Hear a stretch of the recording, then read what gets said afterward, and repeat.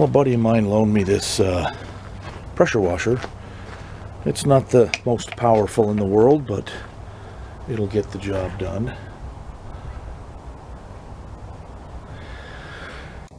It has some issues. It's missing some parts. So last night I went and bought a 40-foot hose and some new fittings and a turbo nozzle, and it has the wand with the quick release end on it. And in the morning yesterday, I have a new addition to the tool collection. Very nice man was selling this on Facebook Marketplace a few weeks ago, and then I lost the ad. I didn't lose it. It just, I couldn't find it. And then it came back up again. Very excited about this. 3/4 inch drive. I'm not sure what vintage this is. 44801. I haven't had time to look it up, but you can get an idea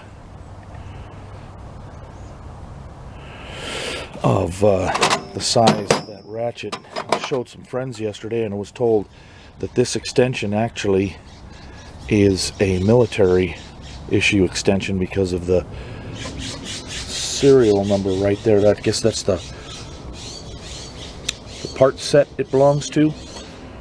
So doesn't matter to me, man. I need big sockets, so we're talking about 1 3/4, 1 11/16, 5/8, 1/2, another 1/2, 7/16, 3/8, 1 5/16,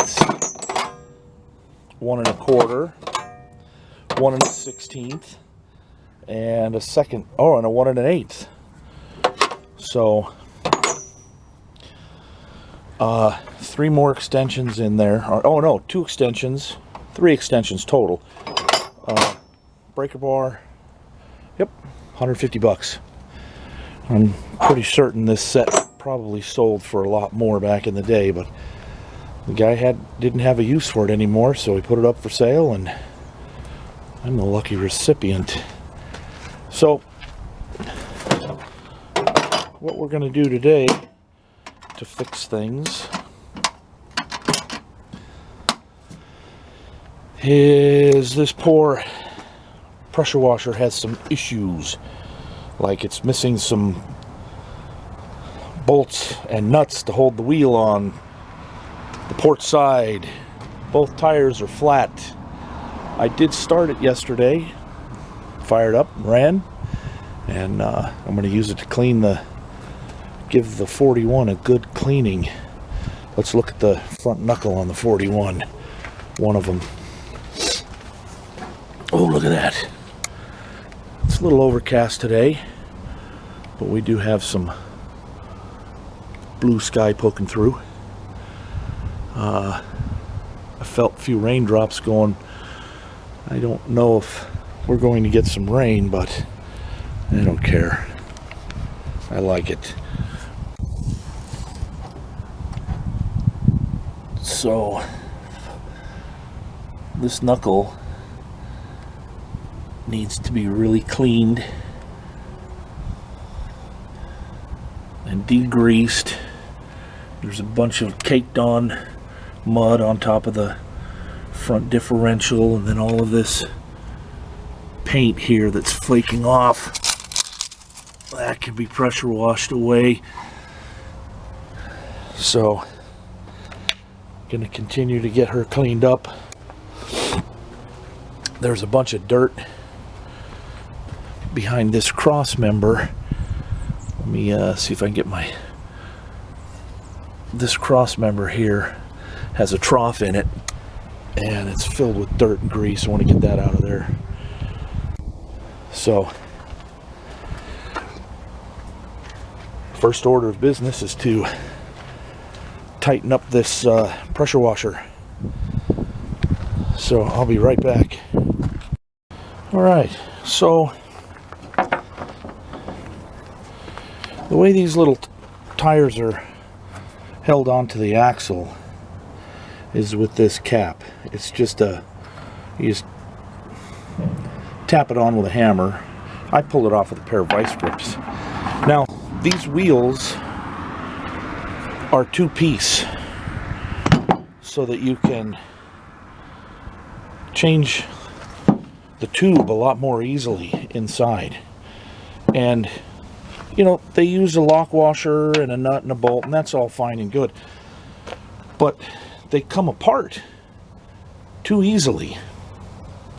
You know, from rolling around, the vibration, these things come apart. So I'm going to use some new bolts with poly lock nuts, and or I should say nylock nuts, and then these things have a better chance of staying together without vibrating apart. So let me go find some nuts and bolts and put this rim back together. I'm going to do the same thing for the other wheel too. Future preventative maintenance. Be right back. Okay, so through the magic vetting, we're back. Got everything back together. What I did was I put the bolts through the back end of the wheel half and tack welded them down, and put the nuts on the exterior so we can keep an eye on them. The tire pressure says 36 psi, and I went to 20. So I'm just going to slide the wheel back on to the axle, find the cap, ball peen hammer, switch hands, more accurate right-handed, and that's it. So if we ever need to change the tube, we can pull the nuts off, slide the wheel half out with the inner tube and tire. That makes it a lot easier. I'm going to do the other side, and that'll wrap up this portion.